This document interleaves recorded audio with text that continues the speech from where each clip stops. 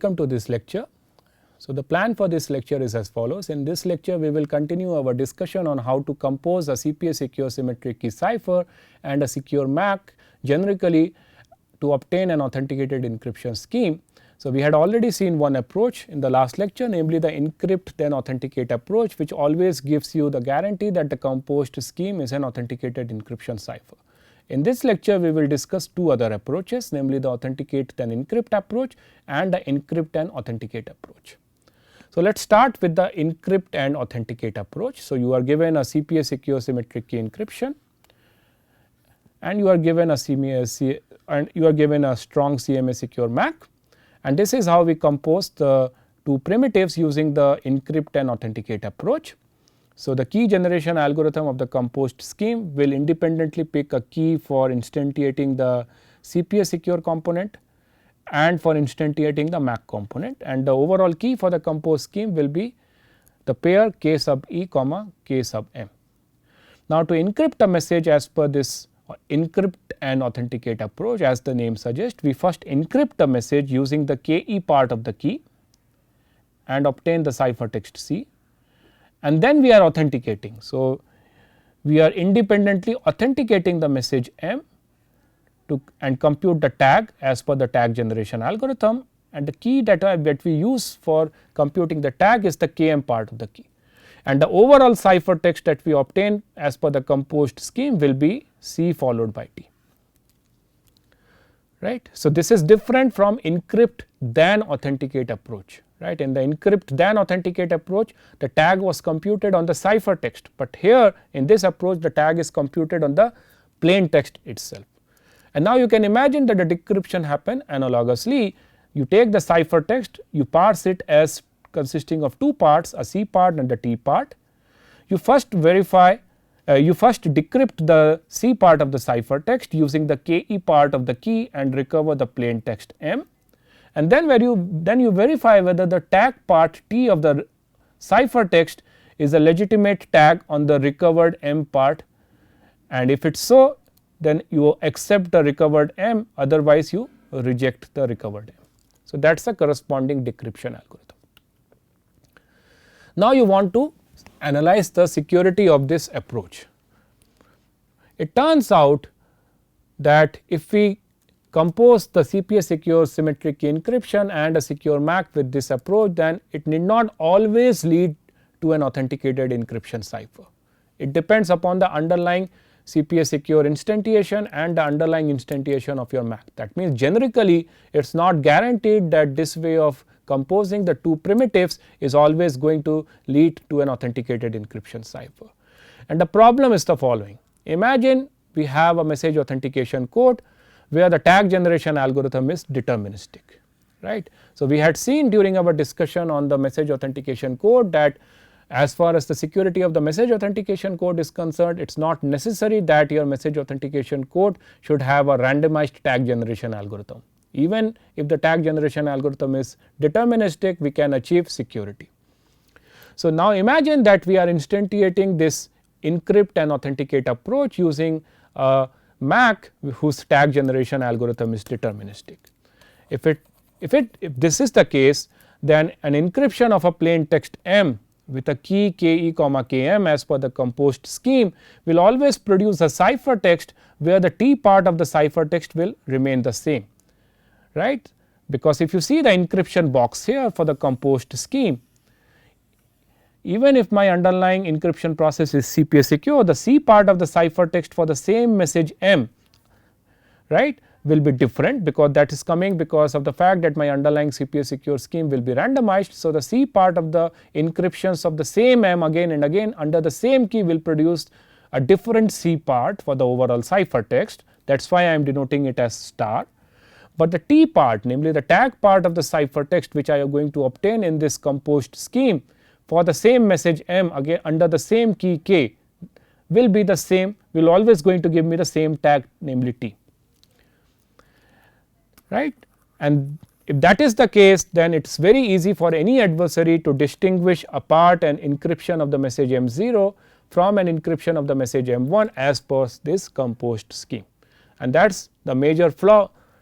in this approach of combining a CPA secure scheme with a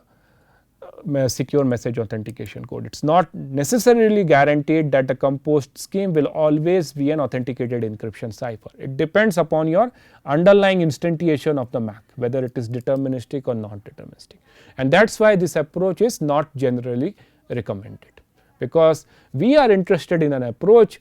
which always lead to an authenticated encryption cipher, irrespective of the instantiation of the underlying CPA gadget and the underlying MAC gadget. So, now let us discuss the third approach using which we can compose a CPA secure scheme and a message authentication code. This approach is called as the authenticate then encrypt approach. So, again we are given two primitives, a CPA secure primitive and a message authentication code primitive, and the composed scheme is as follows. So, the key generation algorithm will output a key for the CPA secure primitive independently and the key for the message authentication code independently, and the overall key will be K sub E and the K sub M. Now as the name suggests, to encrypt the message, what we do is we first authenticate the message. So, for authenticating the plain text, we use the key K sub M for the from the overall key and compute the tag. And now once the tag is obtained, both the message as well as the tag, they are combined, they are concatenated, and then that is considered as the new plain text and encrypted using the K sub E part of the overall key, and the ciphertext is obtained, and the overall ciphertext that we obtain that from the composed scheme is considered to be the C, and that is why the name authenticate then encrypts. We are first authenticating the message and treating it itself as a part of the plain text by appending it to the plain text, and then the appended plain text and the tag is encrypted as per the underlying CPA secure scheme to obtain the overall ciphertext of the composed scheme. And you can think the decryption operation analogously. You have a ciphertext to decrypt. What you do is you first decrypt the ciphertext as per the decryption algorithm of the underlying CPA secure scheme, and the resultant output you parse it as two components, the message part and the tag part, and then you verify whether the T part of the recovered output is indeed a valid tag on the recovered M part. If it is so, then accept the M part, otherwise you reject the M part and output part. That is the corresponding decryption algorithm. So, now we want to analyze that is this approach of composing the CPA secure scheme and a message authentication code is always going to lead to an authenticated encryption cipher, irrespective of the underlying instantiation of the CPA secure scheme and the instantiation of the underlying MAC component. And it turns out that the answer is no. This approach need not always guarantee you an authenticated encryption cipher. In fact, what we are going to now show is we are going to see that the CBC mode of encryption for encrypting arbitrary long messages, when composed with any secure MAC as per this approach, namely authenticate then encrypt approach, need not give you an authenticated encryption cipher. So, just recall what exactly is the CBC mode of encryption. We have not formally proved that it is CPA secure, but there is a well known proof that indeed the CBC mode of encryption is a CPA secure mode of encryption. So, in the CBC mode of encryption, we are given a keyed pseudo random permutation, and here I am assuming that the key length is n bits and the block length is big L bytes, and there are two ways by which the CBC mode of encryption works, depending upon whether the number of bytes in the plain text which you want to encrypt is a multiple of big L or not. If it is a multiple of big L, then basically you divide your message into several blocks of big L bytes, and here is how you do the ciphertext computation. You start with a random IV and then you do the chaining. That random IV is XORed with the first block of the message, and then the output is considered as the block input for the first invocation of your F, and that is a first ciphertext block, and that first ciphertext block is XORed with the next block of the message, and that is considered as the input for the second instantiation of F, and the output is the second ciphertext block, and so on. And that is why the name chaining here, ciphertext block chaining here. On the other hand, if the message which you want to encrypt if the number of bytes is not a multiple of big L, then you need to do some padding here, and we had discussed one of the popular padding, namely PKCH version 5 padding, which is a highly popular padding used practically. And the idea of this padding is as follows. So, imagine that let B be the number of bytes which you want to append to the last block of the plain text to ensure that the number of bytes in the padded message is a multiple of big L. So, what we do is once we identify the value of B, we add or we pad those many bytes to the last block of message, and each of those bytes represents the byte value or represents the value B.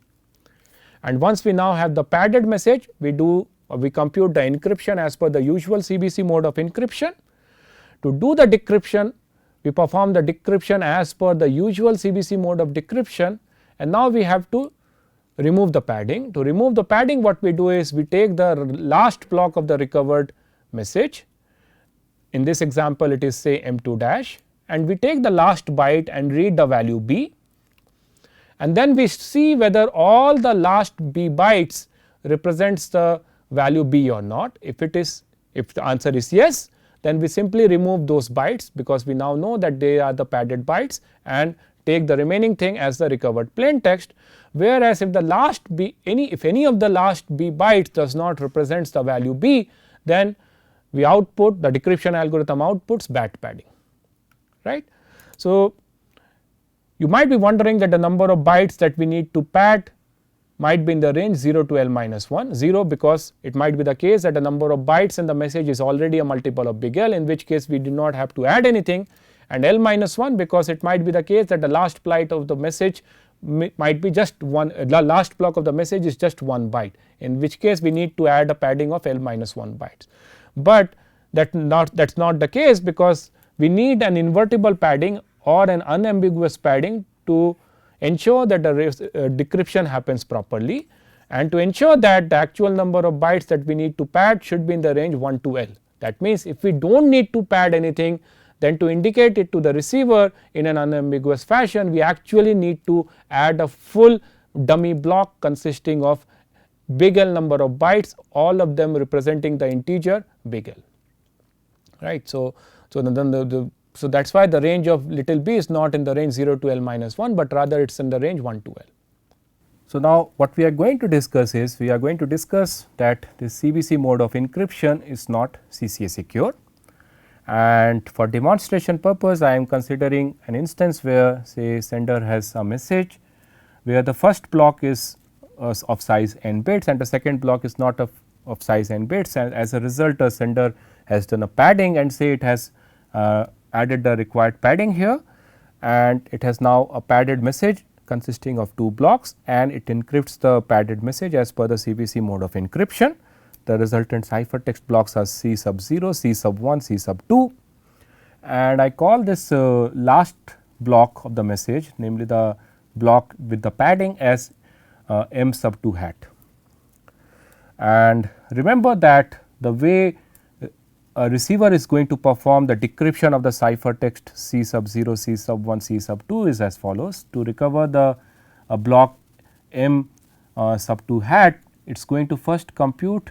the inverse of the function pseudo random function or pseudo random permutation with the key k on the input C sub 2, and whatever comes out as the outcome, that is going to be XORed with the ciphertext block C sub 1, and that will give him M sub 2 hat, right. An adversary is also aware of this decryption process. What adversary is not knowing in this case is the value of the key k. Now, the interesting observation here is that any modification which is made in this first ciphertext block, namely C sub 1, is going to result in the corresponding modification in the recovered block M sub 2 hat after the CBC decryption, right. So, let me demonstrate what I mean by that. So, imagine that sender has sent this ciphertext C sub 0, C sub 1, C sub 2, and imagine that adversary has modified this ciphertext to another ciphertext where only the ciphertext block C sub 1 is changed to C sub 1 prime, where C sub 1 prime is nothing but the XOR of the actual C sub 1 with some value delta, where delta is known to the adversary. Now, when the receiver receives this modified ciphertext and if it decrypts, try to decrypt and recover the second padded message block, then it is going to result in what the actual receiver should it results in what receiver is supposed to recover back XORed with delta, because now instead of C sub 1 the receiver is going to perform a decryption using C sub 1 XORed with delta, because my first ciphertext block is now modified to C sub 1 prime, where C sub 1 is XORed of the lambda with the actual C sub 1. So, that means the recovered M 2 hat will be the actual M sub 2 hat XORed with delta. And the idea of this CCA insecurity of the CBC mode of the encryption is that since adversary knows this fact that any change which it makes in C sub 1 is going to result in the corresponding effect while decrypting M sub 2 hat at the receiving end, adversary can utilize this fact by issuing by computing modified ciphertext and submit it as decryption oracle queries, and based on the response of the decryption based on the response that it sees from the decryption oracle service, adversary can find out any specific byte of the M which the adversary is interested in. And this attack is called as a padding oracle attack. Why it is called padding oracle attack, the name will be clear soon. So, imagine a scenario where we now have a sender and a receiver, and say sender has a message consisting of 2 blocks, and say it has padded the second block with the necessary number of bytes as per the CBC mode of encryption and the PKCS padding, and the resultant ciphertext has been communicated to the receiver. And the adversary does not know the value of key, it does not know the block contains M1 and M2, but it knows the relationship that how exactly the decryption is going to happen at the receiving end. Now, what this adversary does is it intercepts this ciphertext and it produces a new ciphertext by replacing the first ciphertext block with another ciphertext block C1 dash, where C1 dash is different from C1 only in the first byte. And it waits to see the response of the receiver, namely it waits to see what exactly is the output of the decryption algorithm at the receiving end. And this can happen in the real world, right, because the receiver is thinking that the ciphertext C0 C1 dash C2 has come from the sender, and it is going to decrypt that ciphertext as per the CBC decryption algorithm, and depending upon whether the padding is correct or not, it is either going to accept the message if the padding is correct, or it is going to output incorrect padding message, right. So, that output from the receiving side can be now observed by the attacker. So, what the attacker does is, if it sees that the response from the receiver's decryption algorithm is bad padding, then it gives an indication to the adversary that the value of the number of bytes which have been padded is big L. And this is because the bad padding will occur only if, when the receiver performs the decryption, the last byte that it obtains in the recovered M2 has the value L, and as per the decryption algorithm, the receiver would have passed all the big L bytes in the recovered M2 block and would have checked whether all of them represents the value big L or not. But what the adversary has done is, it has made changes in the first byte of the first ciphertext block, which would have actually changed the first byte of the recovered second block, which will not be the same as the value L, and then only the decryption algorithm would have thrown the error message bad padding. That means, if the bad padding error message is coming as a response from the receiver side, then that gives an implication to the adversary that what exactly is the value of number of bytes which have been padded, and that itself is a breach of security, because if it all the encryption process, if at all the CBC mode of encryption would have been secure, then even the amount of padding which has been done by the sender should have been hidden from the adversary. But now you can clearly see here an attack by which the adversary, just by getting access to the decryption oracle service, can identify what exactly is the value of the number of bytes which have been padded. And this also signifies that why this attack is called as the padding oracle attack, because just by modifying the bytes in the first ciphertext block and seeing the response of the receiver, adversary is basically getting access to the adversary is basically getting to know whether what kind of padding has been done, whether the padding satisfies some relationship or not, and that is why the name padding oracle attack. Adversary is getting access to some kind of padding oracle here. In the same way, what this adversary could do is it could produce another modified ciphertext,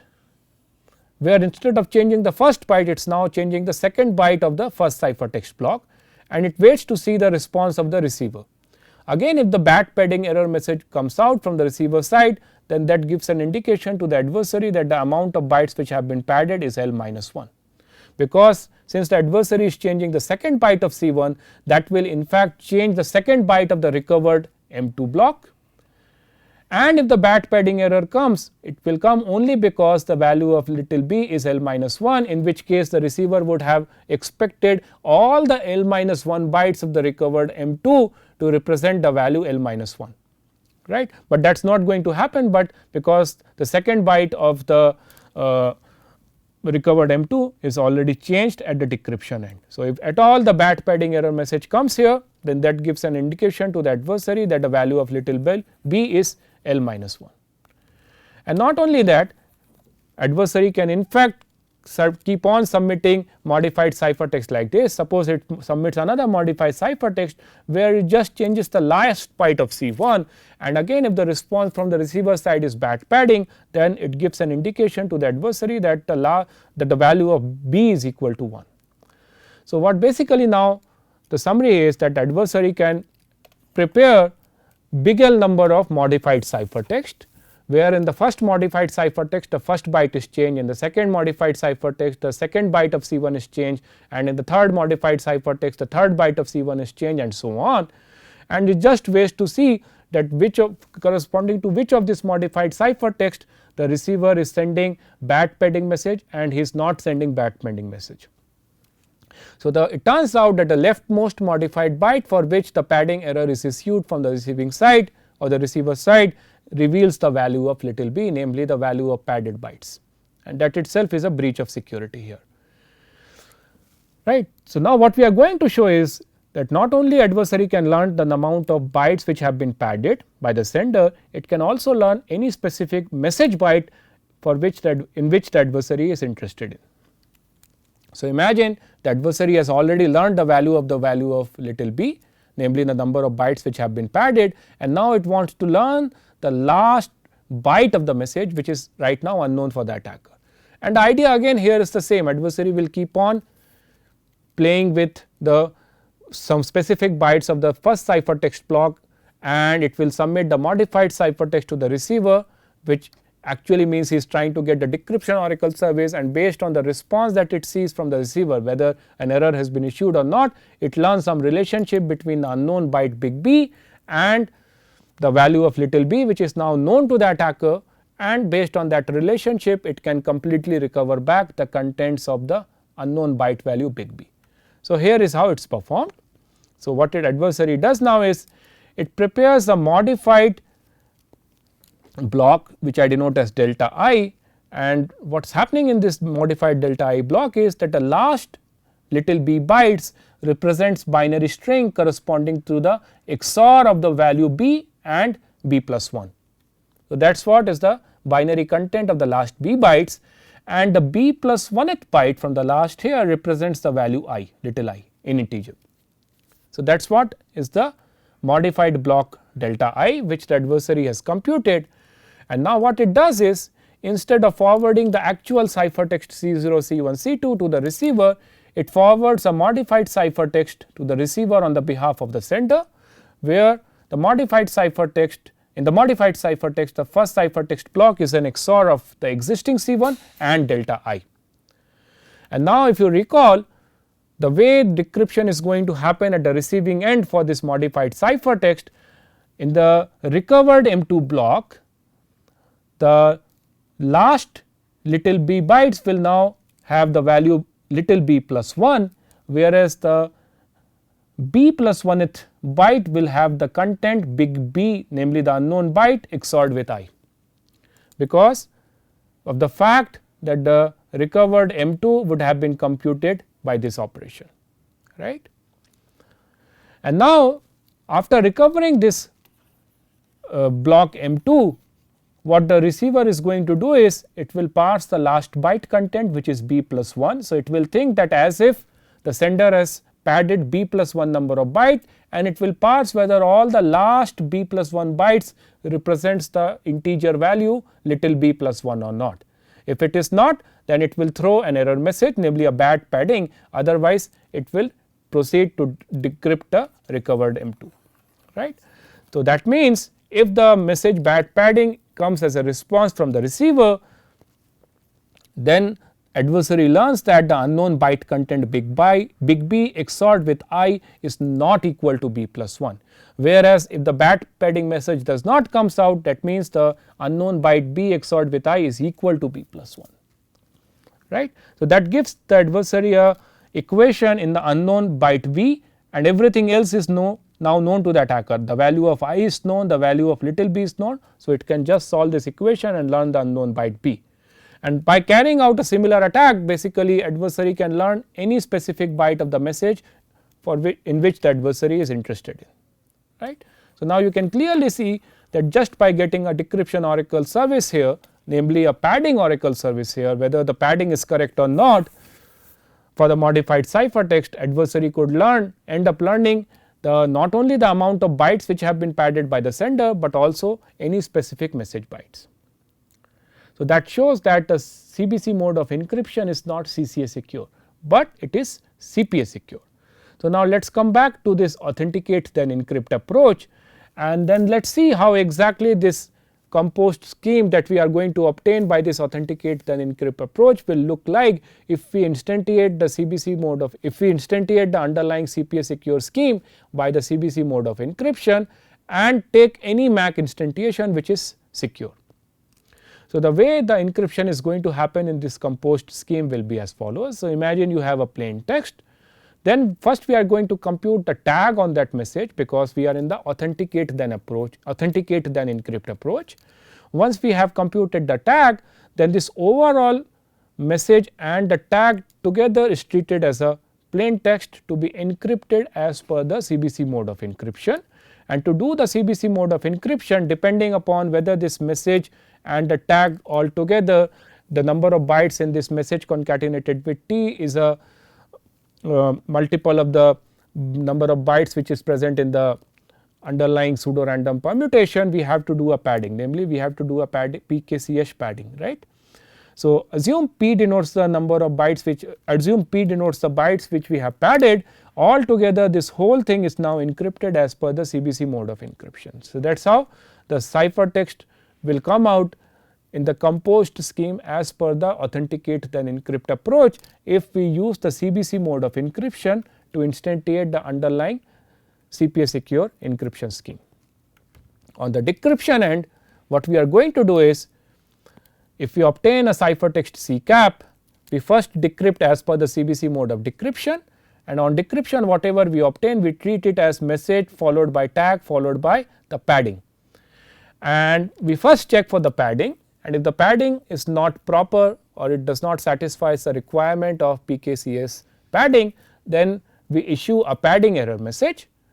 But if the padding is proper, then we strip off the padding and then only focus on the message comma tag part, and then check whether the T part of the recovered thing is actually a proper tag on the recovered message part or not. If not, then we throw an authentication error message. The interesting part to notice here is, which actually is the root cause of the problem, is that